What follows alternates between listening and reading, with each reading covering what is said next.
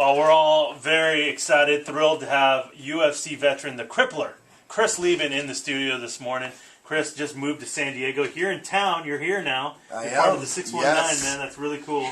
So hopefully we'll be having you in, quite often. Man, anytime. I'm here, so just a couple minutes away, actually. That's fantastic. Now, Ashley was mentioning that you didn't have the red hair. That when you do your hair, that's just for the fights, right? It is anymore. I mean, the sport's gotten so big now that if I dye my hair red, I'm like, I go to the mall, it's like boom, I get bombarded, swarmed. Yeah. So it's actually worked out really well for me because for some reason, people, they can't believe it when they see me and my hair is brown. I'm like, yeah, it's crazy. It just grows like that, Right. Yeah, it's not naturally bright fluorescent red. Yeah. How bizarre. That's funny, man. And so, when the hair comes on, is there a switch, a trigger at all, or is it? Yeah, there really is. I mean, because that's been the only reason I've dyed my hair for the last 10 years, right, has been to get ready to fight. So it is, to me, it's kind of become like my war makeup, I guess. Would you ever consider fighting without the hair? You know what? I tried it once, actually, and I ended up losing the fight. It was a tough fight against Michael Bisping, and I got so much hate mail you wouldn't believe it. Well, you lost the fight because your hair wasn't red. That's why you lost. Totally. I can't believe you didn't dye your hair. You gave up the fight. You threw it away because you didn't dye your hair red. I mean, you wouldn't believe what people were saying. So it's I guess I'm going to... You have to do it. I've got to do it. Right. Do you have any other pre-fight rituals, things that you do, things you wear, or way you have to sleep or anything? It's really weird. I mean, because I think athletes in general, but in particular with a high stakes thing like fighting, you become very superstitious. Really? Yeah. Everything the week of the fight, everything, what I eat, what I sleep, what I do is all almost ritualistic. Getting ready for a full week. Yeah. Oh wow. Yeah, absolutely. You're cutting weight and doing all that stuff, getting ready. Because the way I look at it, as you get closer to the fight, every little detail it matters to some percent in the outcome of that fight. So yeah, absolutely. Well, your last fight was an interesting one because it was one of those fights that, whenever we see a Chris Leben fight, you're guaranteed to see a war. Like, that's the thing that makes Chris Leben so popular, is that you go in there and you've said in the past, listen, if I win, that's fantastic, but the bottom line is I'm here to fight.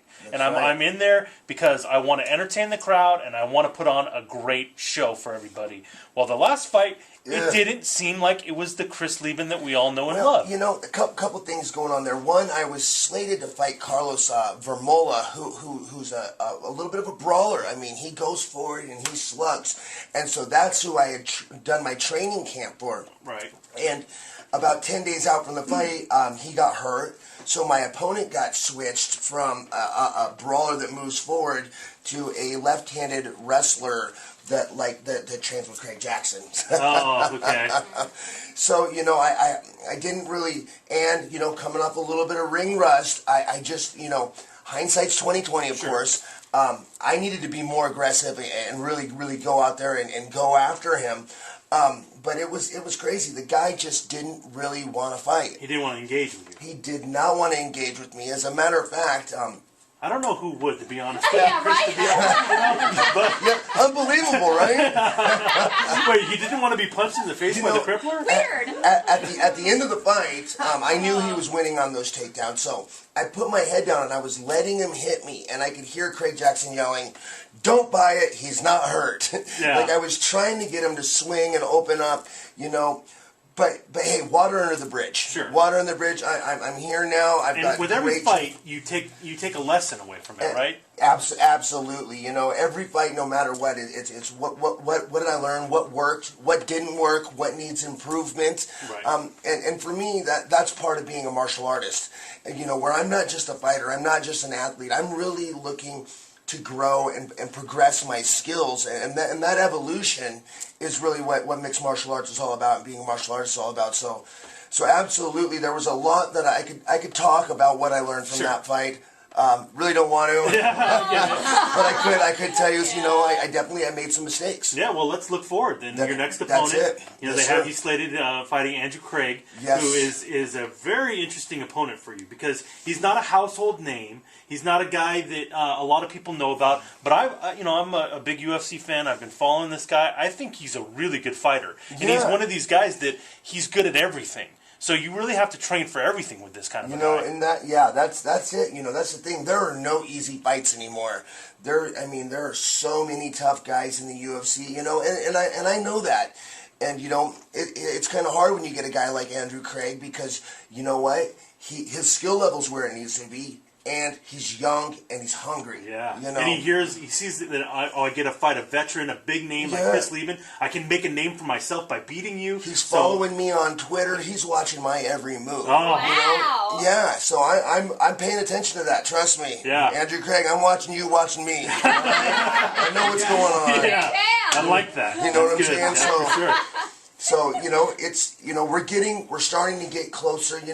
I'm under 10 weeks out now from the fight. So really the last 8 weeks is that game camp time, and this is going to be the real test. I'm going to be out here. I'm hoping to continue with the Lions. I hope they all like me. I'm going to do everything that I need to do and do everything right, and we're gonna see how it comes come that Saturday night. I'm excited. How does that work with the new gym? I mean, like you said, you're 10 weeks out and you've just moved to a new town and a new gym. Like, how does that all pan out? Do you bring a coach with you? Like, I don't... Well, you know what? You don't really know either? That is a good question how that's all going to work out. Okay, all right. Isn't it? I'm hoping that the coach is there, for the next couple of weeks, as long as I train hard, I showcase my skills, I show them that I'm a motivated, dedicated fighter, and, that hopefully they'll be willing to help me out. Yes. Wow. And that's probably what's going to happen. Yeah. I mean, Chris is no fly-by-night fighter. It's not like, you are a guy that's, you want to train hard, you're in you're in it to win it, Yes. and they're going to see that. And those guys over at Alliance, they're going to buy it. You're 10 weeks out, and you said something interesting where your opponent will watch you, even including on Twitter. And I'm guessing when you started, Twitter wasn't as big as it is now. Now, does Twitter that, what? Yeah. What is Twitter? Yeah. And now, do you kind of alter things or not give too much because of a fight coming up? You don't want to give away your secrets. Yeah. And I'm sure Twitter is a great way for fans to really get a personal feel with the fighters. You know what? The stakes are getting higher and higher, and there has been now, as of recently, there's been we've heard more and more things about spies and stuff. Training is becoming like football. While they're hiding their mouths and they, because everybody wants to win. Everybody wants to be that top dog because look at all the stuff that goes along with it. So definitely I've had to learn to pay more attention to that. Sure. It's one of the not so great things about the sport and the sport growing. But you're 100% right. Yeah. Yeah, if you see some random dude walking around with a video camera at the gym, you're like, wait a minute here. Yep. Yeah. Right? Because then I've run into problems. Even my regular students filming my practice and then throwing it up so they seem cool on their Facebook. Hey, dude, I'm fighting in 3 weeks. What are you thinking? They don't even realize.